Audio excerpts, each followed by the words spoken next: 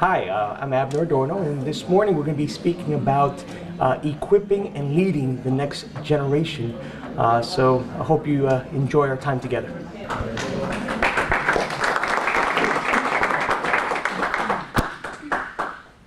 Actually, I'd rather be on your end right now. Thank you, Craig, for this opportunity. And as he mentioned, I really enjoy what Palm Beach Atlantic has been doing over this last few years already. I've been sitting right where you've been sitting, being blessed by so many great workshops, great speakers. So I've got some big shoes to fill in this morning, especially trying to fill in for Pastor Nino. But appreciate for those that are aware of it and have been keeping him in your prayers, and we know he'll be fine. We look forward to come right in, come right in. As I was asked to share today, I'm going to ask Robert if you can have somebody just give out some handouts. Immediately, I thought about some of the things that I'm most passionate about. And if anything I can say is I really believe in the next generation. I do believe that God is lifting up an army. And I believe the churches, leaders, pastors, we could be even more proactive in equipping them for the future. It's either we're going to be leading them or eventually they'll be leading us. And it's a great time. I hope the material you received today would just help maybe trigger some thoughts, maybe just challenge us to explore new things.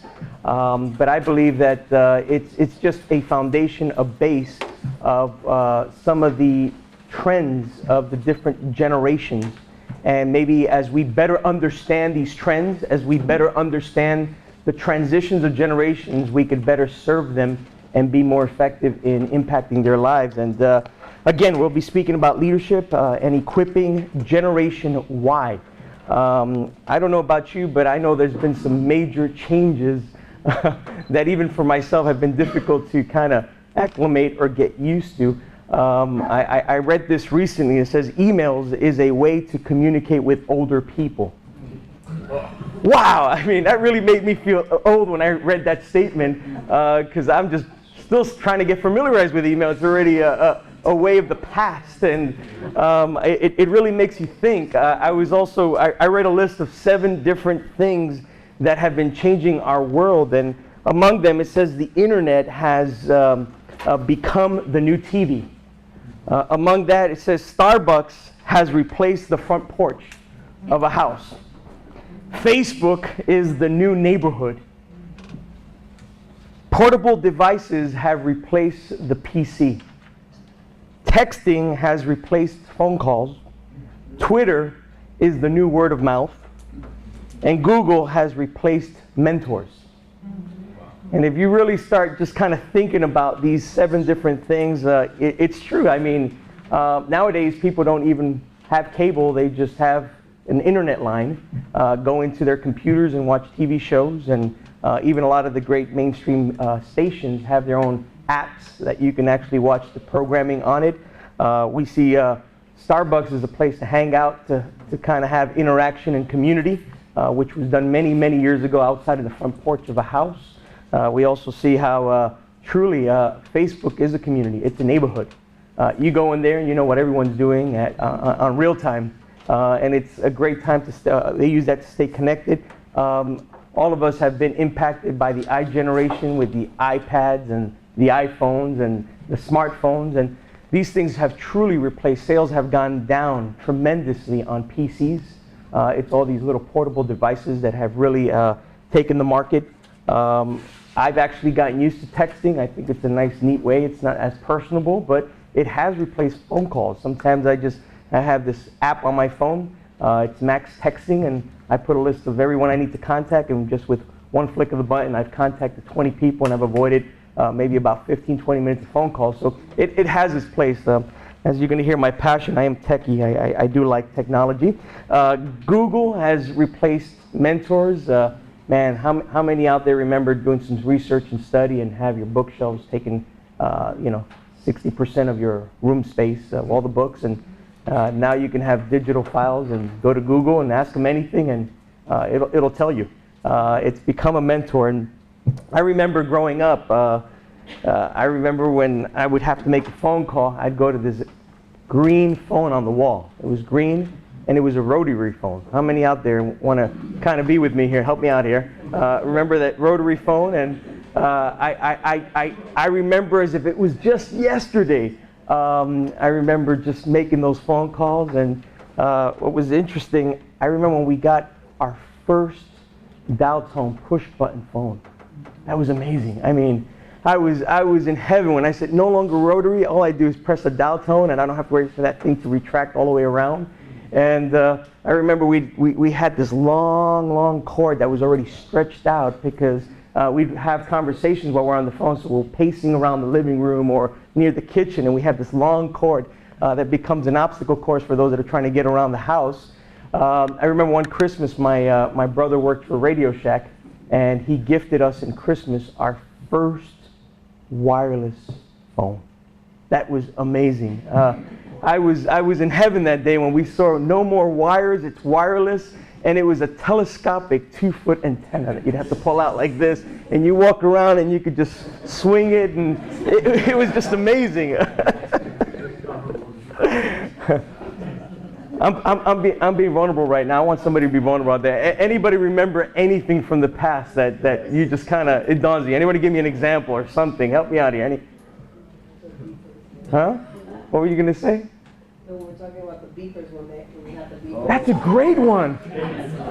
That was the pagers, the beepers. The cell phones that look like a real radio. The bricks, the bags, the bricks. Incredible. I got a better one for you. What's a better one? Party lines.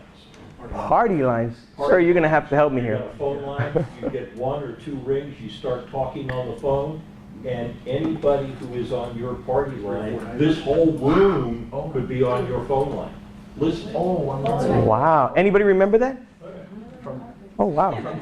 The 3 gentlemen to my right.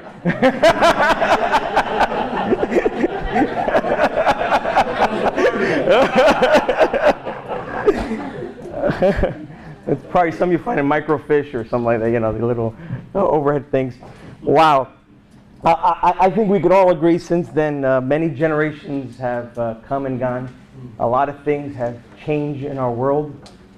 We know that from technology, I was just even thinking, it's kind of crazy, but you know that our whole world has really changed when the number one rapper is white, the number one golfer is black, and the tallest basketball player in the NBA is Chinese. What do you think about that? I think our world has changed a little bit here and there. If you look at your handouts, I'm going to try to stick to it. It's going to help us stay on track and maximize our time here this morning together. But if we go all the way to the top, an epic generation. I mentioned changes. We talked about how different types of things have changed, whether in technology and our society. And I think what's really important is for us to really kind of understand the differences of the different generations. There's different eras, and there's a chart there that's in front of you. It starts with the first column. It says leadership issues. Then the following one says seniors, builders, boomers, busters, and millennials. I'd like to start off with number 1 there, their leadership issue. It says it's an era which they were born. The seniors, which is the 1900s to 1928, would probably be the oldest generation alive today. The builders generation is it says they're 29 through 45, probably be my parents' generation. We have the boomers, which is 1946 to 1964, which is actually about 78 million strong right now throughout our country. Obviously, you know why it was boomers. It was about 9 months after World War II. All the hospitals were full of people just having babies. I wonder why. I'm still trying to figure that one out. We have the buster generation, which is actually known as Generation X. That's another terminology they use. It's from 1965 to 1983. One of the reasons the buster, that terminology was used, is just within a year as that began, that generation, birth control pill was introduced to society. There was a shrinkage in the population, obviously, and defragmentation of families, divorce rate began to grow. So that's where we kind of get that Buster ID to it. Now, the one that I'm going to kind of focus on today is the millennials. That's also known as Generation Y. That's from 1984 to 2002. This is a total different culture in our world. And hopefully in our time together this morning, we can kind of understand that to be true. Let's hit number 2. It says life paradigm. I gave it a little subtitle just to give it a little phrase to maybe help us understand these different generations. It says there under the seniors, manifest destiny. Basically in that first generation, that senior generation, the mentality was who knows what could happen, the possibilities. The Industrial Revolution was in, there was a lot of inventions going on, so it was just an opportunity that to explore and to venture out and to start dreaming. So that kind of identified a little bit that generation, manifest destiny. Builders, be grateful you have a job. That's kind of their sense. There was really limited resources. You would make sure that if you use a napkin, you probably want to reuse it. The sense of uncertainty in the time, they would be considered maybe pack rats. Just kind of store as much as they can. Tomorrow wasn't really sure for anyone. The mentality was save and be frugal. That was kind of what identifies that builder generation. We look at boomers, and we see there, you owe me. That's when I guess our generation was introduced to the one-eye babysitter, the TV. They began to really get influenced by media. They were taught that they deserve the best. You need this, you need to buy this. And there was that sense of you owe it to yourself. You need to have what your parents didn't have. So that was kind of that type of mindset for the boomers. Busters, it's an interesting one. Relate to me. Again, as we mentioned earlier, some highlights. The world was being fragmented. There was a sense of brokenness, a sense of disconnect. I believe that they need authenticity, relationships in their lives. So that's kind of what the busters can kind of identify them. Now, millennials, life is a cafeteria. I really like this one because this is one we're going to be talking about. Life is a cafeteria. It's pretty interesting if you think about that term, and with this Generation Y, they have so many different categories in their lives. They have so many options. Think about it today. You walk into the store and you probably have 40 different brands of water. Who really needs that many brands of water? There's so much to pick and choose from. They kind of also feel life is a cafeteria. They do that in so many different areas of their life. Even when it comes to spirituality, they like picking and choosing. They like options. They like customization. They just like taking a little bit of this, a little Buddhism, a little of these thoughts and beliefs, and they bring them together and they come up with their own belief systems. How many out there know what I'm talking about? This is the generation that we're confronting. They love options. They love customization. I'm going to jump because of time's sake, but here you can kind of read the rest of it. But let's jump down to number 9. As we visit number 9, it's the market. That's the issue there, the market. And we're going to do the same thing. We're going to go from senior to millennials. But when you think about the market, it was commodities back in the senior era. What is that? That's basically, it was a time of raw goods. It was the time where things were homegrown. Think about it for just a moment. If mom was going to have a cake for your birthday, she would actually make it from scratch. That's right, from scratch. They would have fresh eggs, fresh flour, fresh sugar. Everything was homegrown, either in their backyard, it was out in the fields. It was all homegrown. Probably by the time they come in and out, they probably spent 7 cents in making your a birthday cake. Now, if you jump a little bit further and we go to the builder's generation, we see how now this is where we were introduced to goods. That's where processed foods started coming in. That's where we see no longer would you make it from scratch, but you would actually now, what? Guy Betty Crocker box and buy some goods, something that's been processed, and come in and put it together. What would have cost 17 cents, maybe now it's 37 cents. But now it's the industrial, it's the time of processed goods. The boomers, services. That's an era where services were introduced. That's what you call the service economy. And everything was service driven. You would actually go to the store and buy things already made. So that cake that was not done from scratch or it wasn't done from processed food, forget about cooking, baking it. Let's just go to the store and buy a cake. Now it costs you $3.75. And as we see, as inflation goes on, different prices there. But we see the busters. Wow, that's interesting. Busters is that generation of experience. An experience generation.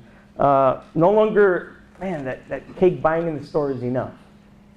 For that, to make that birthday party what you want it to be, and they want an experience. The kids want an experience. That's something where you would now, maybe take them to Chuck E. Cheese. And now you'd have the cake and all the interaction, and how many remember Chuck E. Cheese out there? I think that's more of a young, we have a young crowd here. Chuck E. Cheese, that's something that, Disney has it pretty well figured out, an experience. They use all the senses, smell, sight, taste. This is where experiences began to become a big thing. You think about it, when you go to Starbucks, you're paying $5 for a paper cup and a coffee because of the experience. You walk in there and you have an ambience, you have internet access, you have these leather couches. It's just a place to go and connect. So it's an experience that you start wanting. Now, jumping very quickly, the millennials. This is something that's really still in a process, but it's transformation. It's a transformational generation. I wish today we can really figure out this generation completely, but it's something that I believe we can probably just maybe get some insight. And what I think about transformation is they think more of virtual experiences. They expect transformation when they connect with others. They want their time to mean something when they interact with others. If you think about it, I've been watching a lot of these reality shows and in the arts, whether it be singing, dancing, or anything else, and they do the pre-interviews, and you hear the individuals saying, "This changed and transformed my life. Singing came into my life just in time, and it transformed my life. If it wasn't for that, I don't know how I would have dealt with reality." They're looking for encounters. God bless you.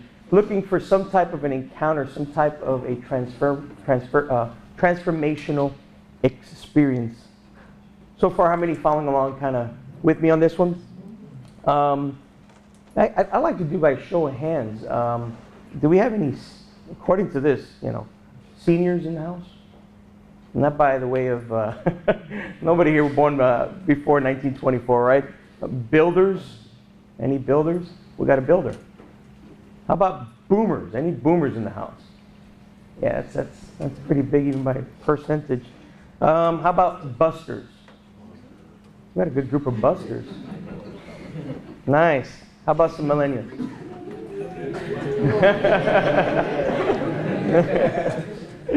Wow. As Craig mentioned earlier, we have a full-time internship program. It's about a 9-month internship program. It's called Equip Master's Commission.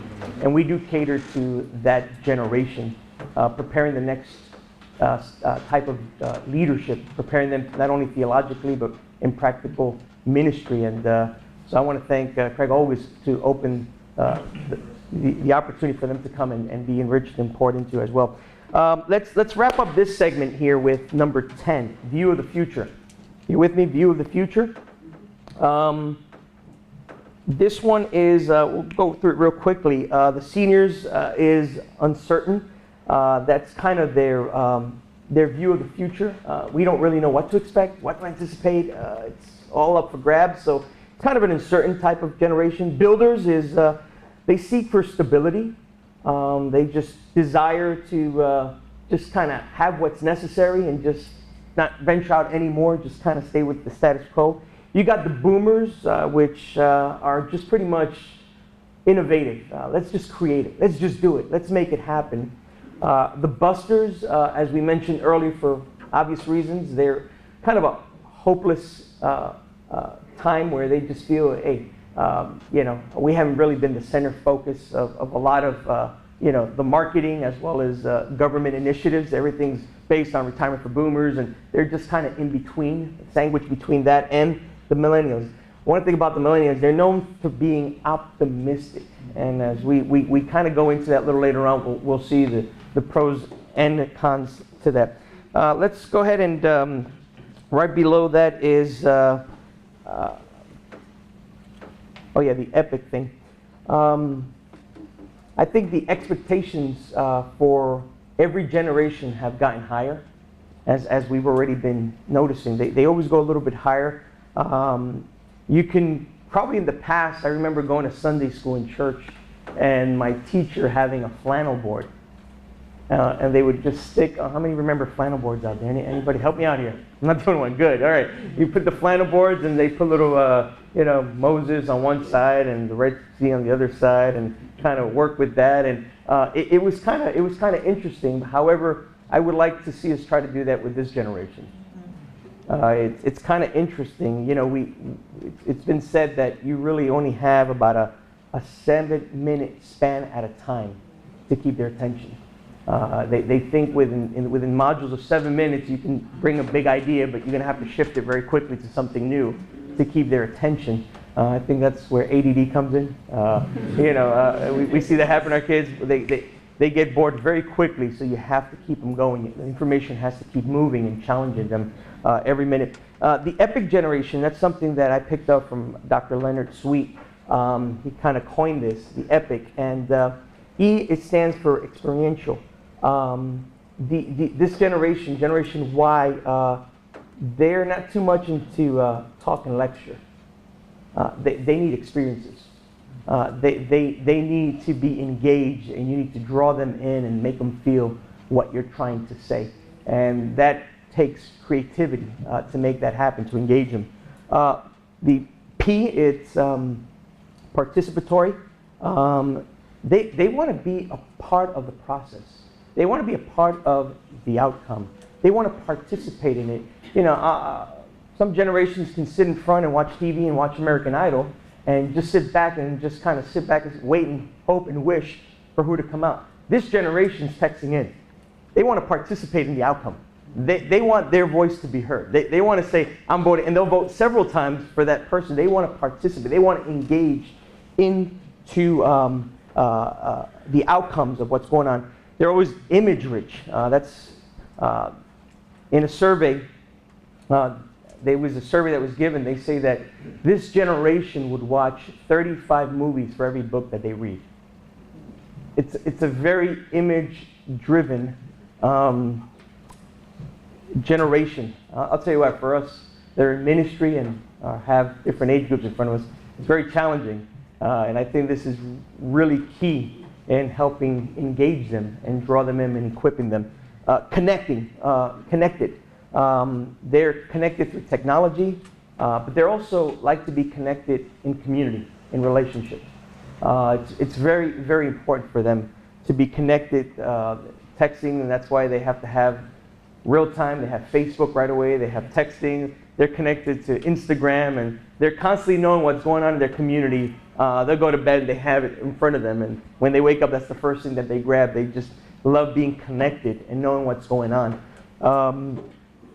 I think the size of this generation is a lot bigger than we even probably have realized. This Generation Y, they actually will rival the baby boomer generation. A lot of times they think, no, they're not growing in the numbers they should, but they actually are. It's been researched and it's been proven that right now, ages 21 and under account for half of the world's population. That's pretty significant.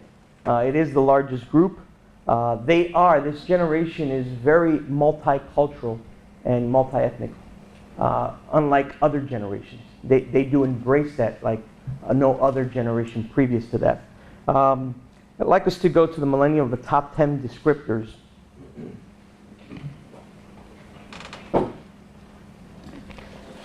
Got some pens there?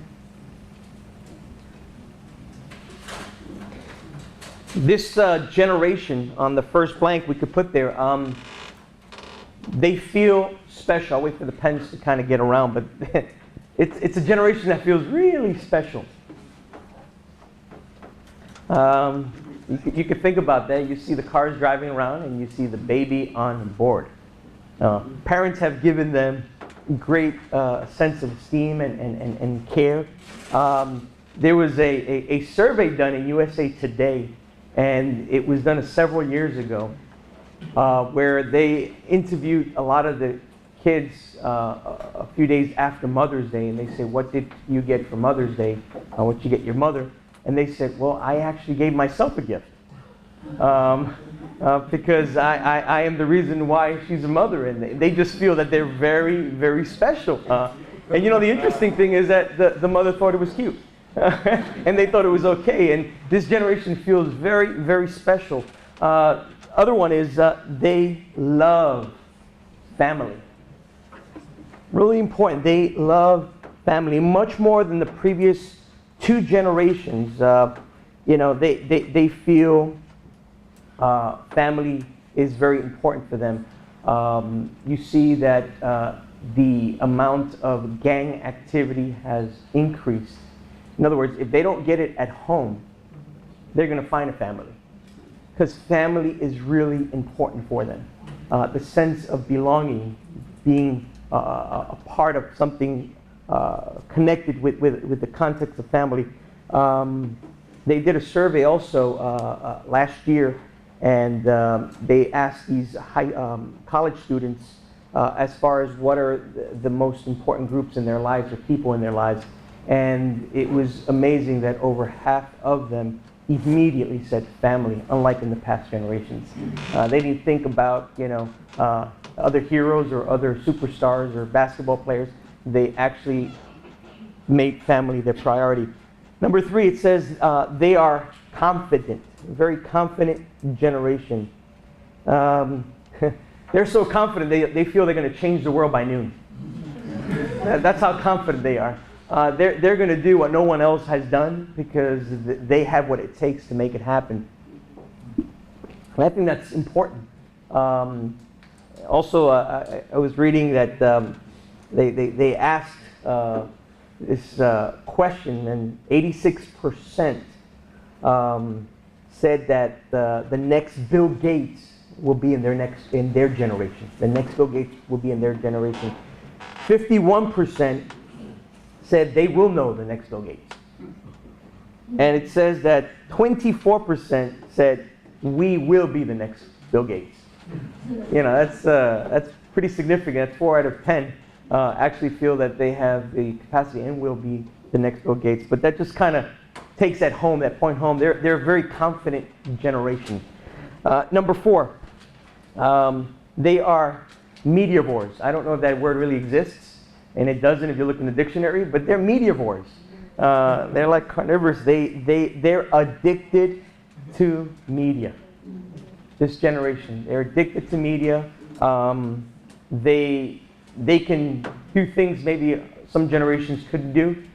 They can read a book and text at the same time and listen to music at the same time and be on instant chat and do so many things. And I've seen that happen at home too with my daughter. She's 13 years old and she does all this multitasking at one time, and I can tell her, you can't do that. She says, yes I can, but you can't.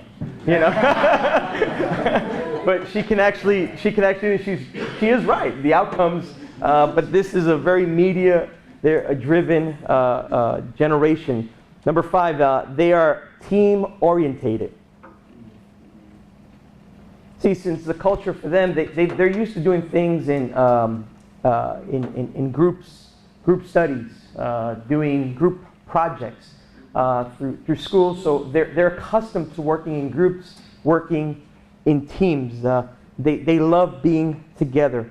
On the disc chart, how many have ever done those first time? On the disc chart, they pretty much rate a high I, this generation, where they're really people persons. They love being around people and working in groups, unlike other generations that are soloists. Let me take care of it, I'll do it myself, and I do it better than anybody else. They actually understand the team concept. One thing that depicts them too is number 6, they are global. What it is about being global, they travel the world almost daily through the internet. They're very open to culture and diversity. So much so that I was reading in one of our magazines from our fellowship that the amount of students going into short-term mission trips has increased tremendously.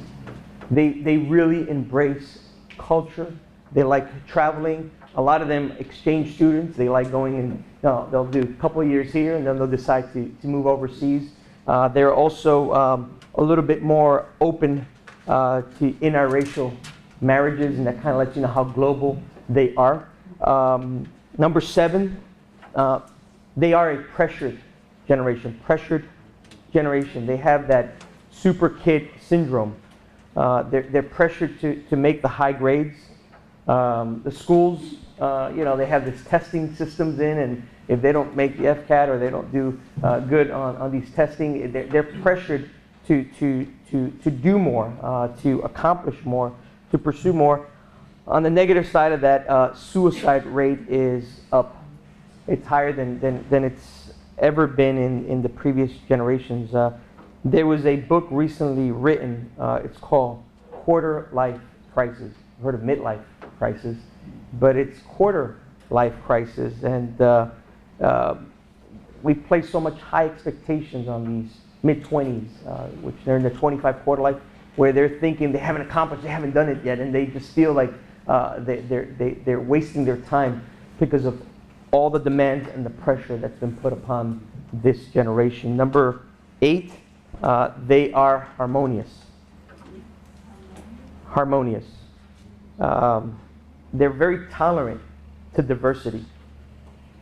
They as I mentioned earlier, and I kind of jumped, they are more up to multiracial marriages, harmonious. They interact well in any type of demographics, any type of social status. They're very harmonious. They like integrating themselves. Number 9, they're generous. Even though I think maybe they're more generous with their parents' money, but they're very generous. Got one at home. Very generous. I was also reading in one of our articles over the last, I think, 2 decades, about 20 some years, in our fellowship, the youth of our fellowship has given over $200 million to missions. That's pretty amazing. One of our youth camps right there, a couple of thousand young people, and they would collect a missions offering right there and gather. Alan, do you remember what the last one was? $35,000. And these are just these kids, and it's amazing. But they're very generous. The average kid is said that has $87 a week to spend. I don't even have that. And they have $87 a week to spend. The other flip side to this is they're poor money managers. Very poor money managers. They need to learn the value of money, but they are a very generous generation. Last on this list, they are achievers. They are achievers. They're considered the best behaved generation. They're into service. They value action and interaction. They want change, but not willing to just think about it or dream about it. They're willing to do something about it. And I'm not talking about the last campaign from our president, but they really do want change. And even if we were to use that, it was the first time that demographics went out to the voting in numbers that's never been out before, because they want change. And they're not willing to stay in the sidelines. They'll do whatever they have to do to see change. They are achievers. They have great dreams, and they will probably just need a little bit of guidance on that.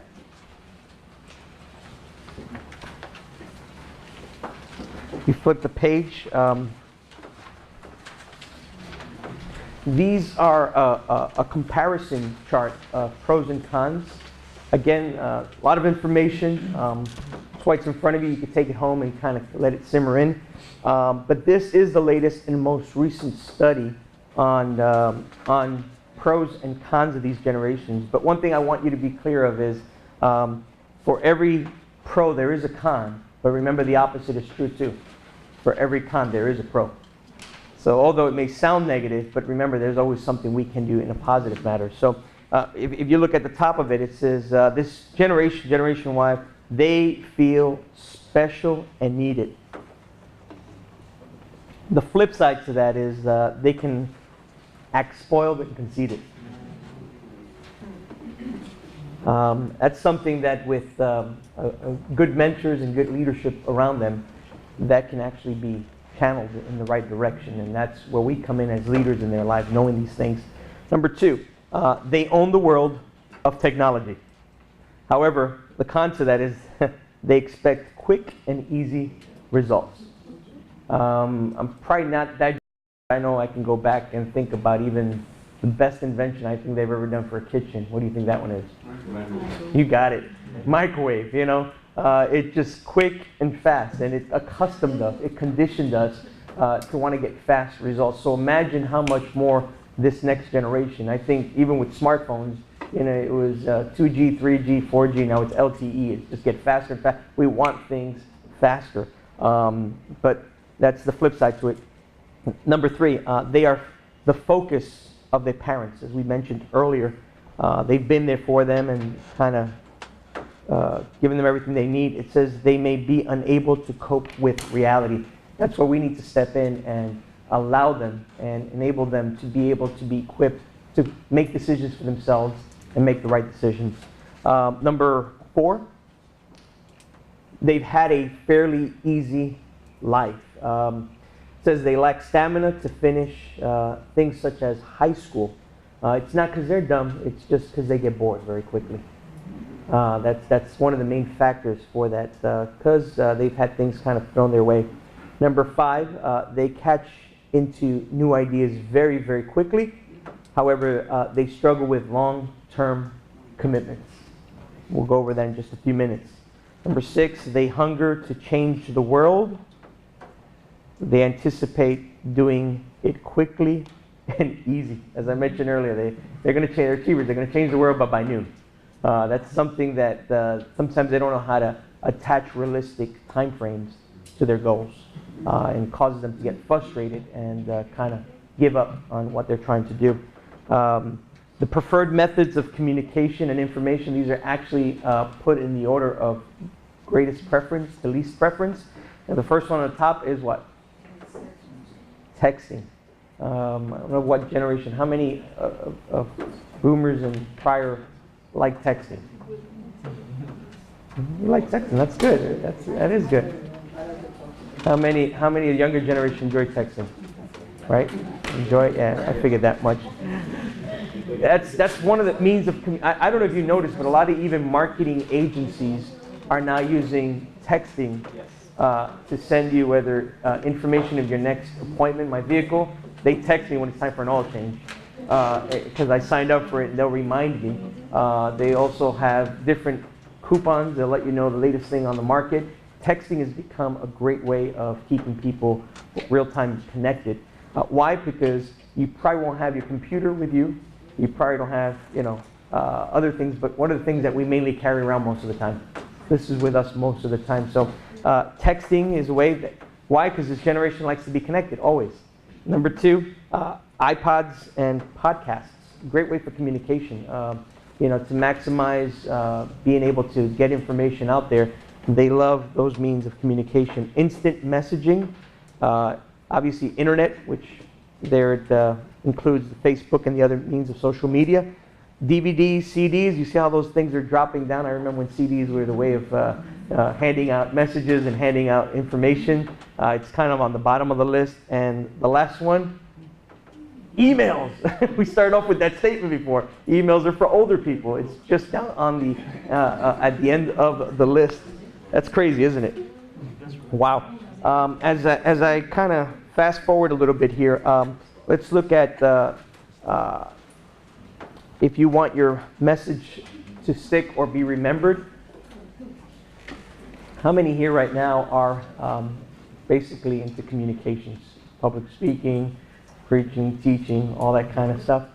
I think this is going to really give us some tools to see if we want our message to stick when we do communicate and connect and equip this generation. Generation Y learns in a need-to-know basis. I guess what that would mean is if you just want to give them information and tell them this is what it is, they'll probably listen, but they're going to zone out. They need to see themselves in what you're saying. So they need to say, okay, if what you're telling me is because this is what I need and it benefits me, that needs to be told up front to engage them. The reason why they need to listen to you at this moment and why it's beneficial to them. And then you have them connected. So it's on a need-to-know basis. Number two, the less predictable your words are, the more memorable. I can tell you just being a parent how important that is. Your kids already know, I know what you're going to say. Very predictable. They already know where you're coming from, the angle. And that's why you have to kind of shift up the way you communicate the same thing, but just in a little different way. Try to not be as predictable with your words. Kind of shift things around. It doesn't sound the same way all the time. That's very important. That's going to make it very memorable for them. Number three, the first 4 minutes will grab their heads or their hearts. If you want to sustain their attention, you need to make that first point of contact, those first 4 minutes, as impactful. You should get right to the point and give them the meat of what you're trying to accomplish so that they can stay engaged to the remainder of your conversation together. Number four, the more in your face our words are, the more trust you will earn. That this generation is looking for honest and forthright people in their lives. They're okay with you just saying things the way it is and just being in their face. Obviously, sprinkle it with love, and it'll go a long, long, long way. Number five, if you challenge the status quo, they will hunger to take the journey with you. They love challenges. They love to just kind of break the mold and go beyond what they're used to having, used to seeing. So if you just challenge the status quo, you'll see how they will engage and they will love to follow you and join the journey with you. Number six, they grew up loving images, so give them a metaphor. I read once that images are the language of the 21st century.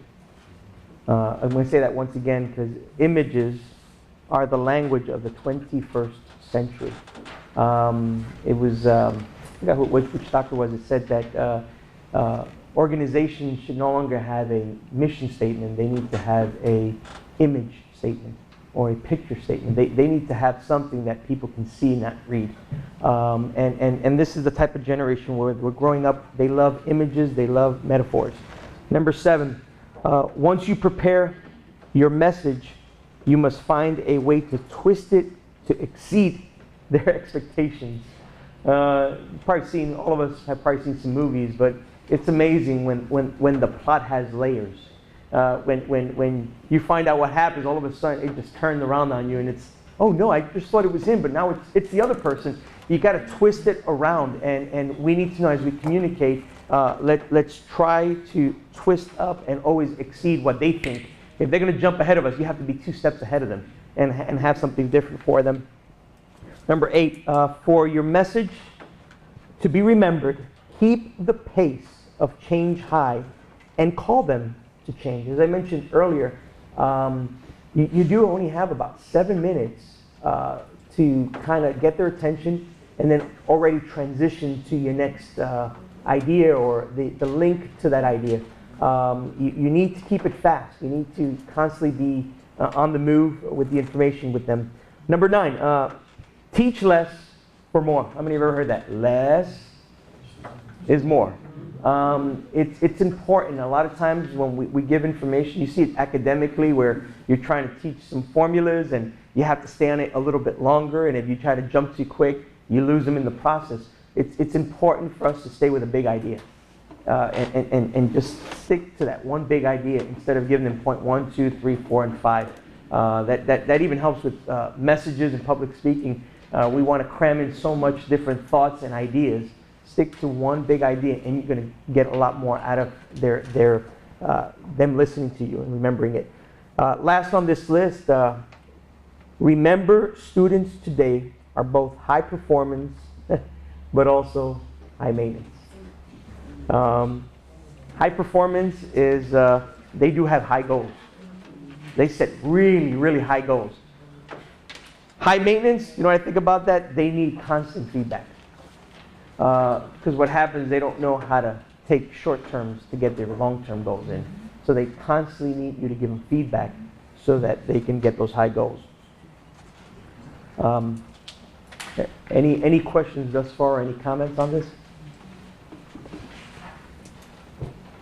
I'm going to jump, because of time, I'm going to jump real quickly.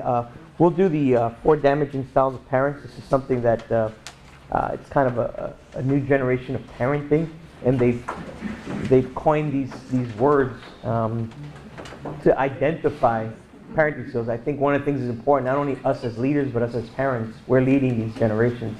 And these are kind of the styles that sometimes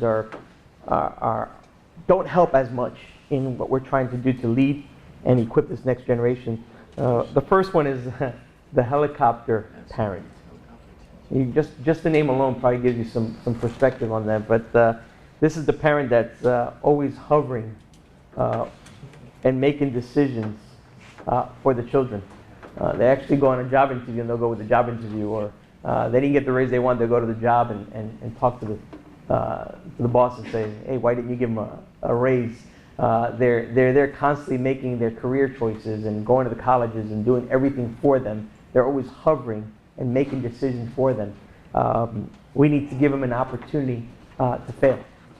We need to let them make decisions for themselves and find out that they can work and then be there to help them along with it, but not constantly be hovering over them. Number 2, karaoke parents. Interesting, but this is the type of parent that likes to be liked by their child, that needs to be accepted by their child. They want to act like them, they want to dress like them, they want to be like them. These are the ones that want to be their best friend. And let us not forget that parents need to be a parent. That's their place, and that's their assignment, and that's what they've been called to do. So, not the karaoke parent. Number 3, dry cleaner. That's interesting. Dry cleaner parent. Maybe it's a parent that maybe doesn't feel that confident in their parenting skills and leading their child. Maybe they're too busy and doing so many other things and jobs. So just like a dry cleaner, they drop them off at the youth service. They drop them off at the counselor. They drop them off at somebody else's house and let them do their work. They just kind of let them hang out and dry out and do what they got to do. The 4th one, I don't know. I didn't feel too comfortable about this monster parent thing here. But I prefer calling it the avatar parent instead of a monster parent, and I'll explain probably why I've changed that one around a little bit. It's maybe parents that are trying to live out their own dreams through their child's life.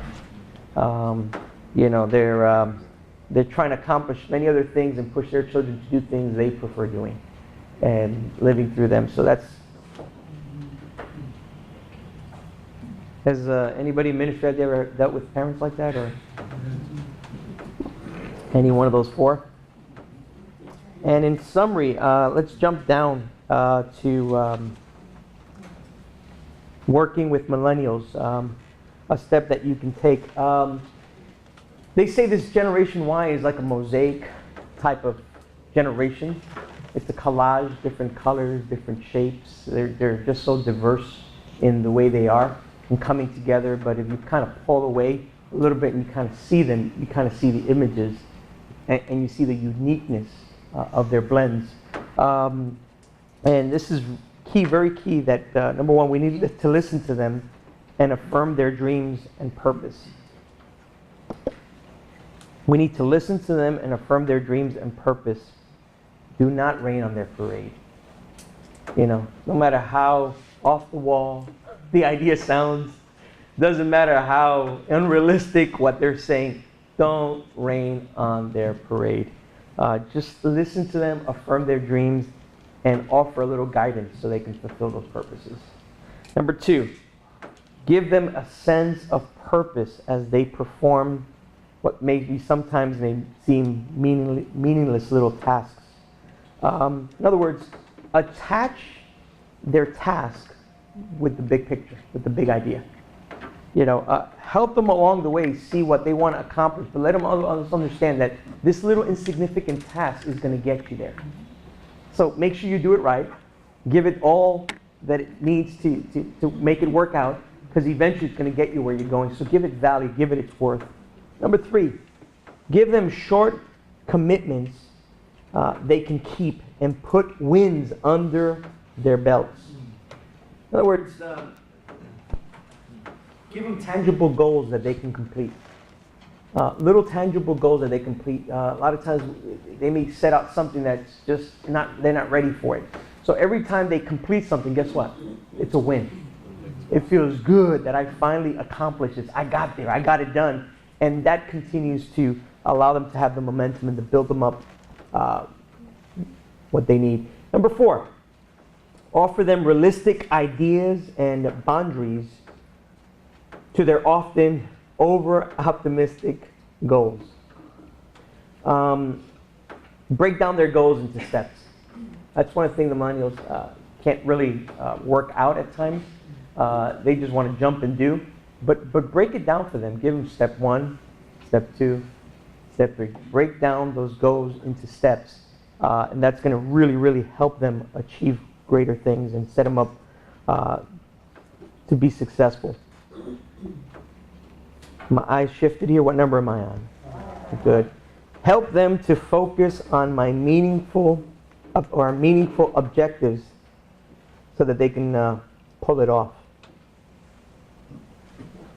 One goal at a time and don't overcommit. It's amazing. It's crazy, right? Because they can multitask with technology, but when it comes with life goals and doing things of that nature, they can only do one at a time. And it's really important. You know, if they have extra curricular activities, that should be pulled back and not give them so much to do. If they're going to school and then after school they have karate, basketball, cheerleading, all these other things, it's really not going to work. You need to pull back a lot of these things and let them do one at a time. It's very important to set them up. Number six, encourage them to enjoy their lives and remove some of the self-imposed pressures. They're too busy growing up and forget to be the child that they're supposed to be. And that later on has greater repercussions, where they just feel they've been cheated out in life and they just ran through life and didn't have a chance to do it. And later on, they're going to start doing things they should have done when they were younger. So give them the opportunity, you know, to be a child. Give them an opportunity to grow up and enjoy those stages of their lives. Number 7, discuss personal values with them and help them become value-driven. It's important to equip them with a moral compass.